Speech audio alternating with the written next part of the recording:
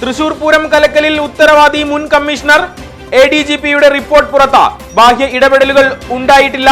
അങ്കിത് അശോകന് വീഴ്ച പറ്റിയെന്നും പരിചയക്കുറവ് പ്രശ്നം സങ്കീർണമാക്കിയെന്നും റിപ്പോർട്ടിൽ 1300 പേജുള്ള റിപ്പോർട്ട് DGP മുഖ്യമന്ത്രിക്ക് കൈമാറി.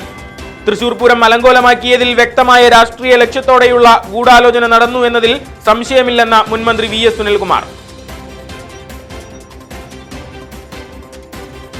അകമല റെയിൽവേ മേൽപ്പാലത്തിന് സമീപം വാഹനാപകടം. കാട്ടുപന്നി റോഡിന് കുറുകെ ഓടിയതിനെ തുടർന്ന് നിയന്ത്രണം വിട്ട കാർ പാതയോരത്ത് നിർത്തിയിട്ട ടോറസ് ലോറിക്ക് പുറകിൽ ഇടിച്ചു കയറി.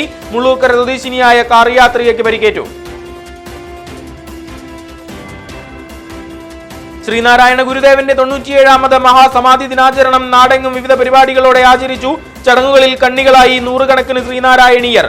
ആണ്ടപറമ്പ് പുറ്റേക്കരയിൽ SNDP ശാഖയുടെ കരുത്ത് വിളിച്ചോടുന്നതായി പരിപാടികൾ. സമൂഹ പ്രാർത്ഥന, കലാപുരസ്കാര സമർപ്പണം, വിശിഷ്ട വ്യക്തികൾക്ക് ആദരം, സമൂഹ സദ്യ എന്നിവയുണ്ടായി. Retired IPS officer PN Unnirajan ഉദ്ഘാടനം ചെയ്തു. കലാപുരസ്കാരം നടൻ TG രവിക്ക് നൽകി. SNDP തലപ്പള്ളി താലൂക്ക് യൂണിയന്റെ നേതൃത്വത്തിലും സമാധി ദിനാചരണം. പ്രാർത്ഥനാ ചടങ്ങിൽ കണ്ണികളായി നിരവധി ശ്രീനാരായണീയർ. ചേലൂർ പള്ളി പരിസരത്ത് കാറിടിച്ച് 2 വയസ്സുകാരിക്ക് ദാരുണാന്ത്യം. ചേലൂർ മണാത്ത ബിനോയ് ജിനി ദമ്പതികളുടെ മകൾ ഐറിനാണ് മരണമടഞ്ഞത്. പള്ളിയിലേക്ക് കയറുന്നതിനിടെ മുന്നോട്ടെടുത്ത കാറിനടിയിൽപ്പെട്ടാണ് അപകടം. അരവൂർ അമ്പലപുരം പാടശേഖരത്തിനരികിലെ കിണറ്റിൽ കാൽ തെന്നി വീണ യുവാവ് മരിച്ചു.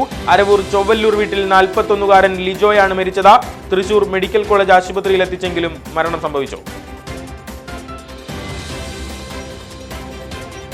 നിരന്തര അപകട മേഖലയായ ചിറ്റണ്ട പൂങ്ങോട് വളവിൽ വീണ്ടും വാഹനാപകടം.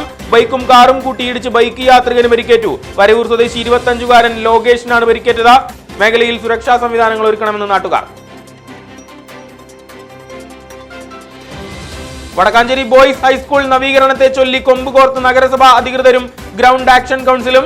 അശാസ്ത്രീയ നവീകരണം. മഴക്കാലമായാൽ പ്രദേശത്തെ വെള്ളക്കെട്ടിലമർത്തുമെന്ന മുന്നറിയിപ്പുമായി ആക്ഷൻ കൗൺസിൽ ഗ്രൗണ്ടിൽ മനുഷ്യച്ചങ്ങല തീർത്തു.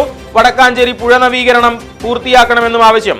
കോൺഗ്രസ് കൗൺസിലർമാരുടെ നേതൃത്വത്തിൽ നടക്കുന്ന സമരം തികച്ചും രാഷ്ട്രീയ പ്രേരിതമെന്ന് നഗരസഭാ അധികൃതർ. കോൺഗ്രസിന്റെ വികസന വിരുദ്ധ നിലപാട് തിരുത്തണമെന്നാവശ്യപ്പെട്ട പ്രതിഷേധവുമായി DYFI രംഗത്ത് പ്രതിഷേധ പ്രകടനം നടത്തി.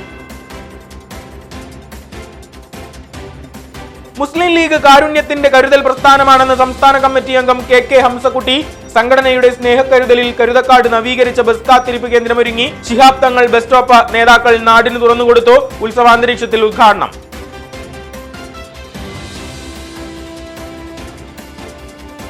ഈച്ചശല്യവും ദുർഗന്ധവും മൂലം ദുരിതത്തിലായി കുമ്പളങ്ങാട് മാലിന്യ പ്ലാന്റ് പരിസര നിവാസികൾ. ദുർഗന്ധപൂരിതമായ പ്രദേശത്ത് രോഗങ്ങളും പടർന്നു പിടിക്കുന്നതായി നാട്ടുകാർ.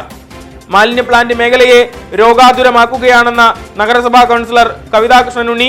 പ്രദേശവാസികളുടെ ആരോഗ്യ സുരക്ഷ ഉറപ്പാക്കാൻ നടപടി സ്വീകരിക്കണമെന്നും ആവശ്യം.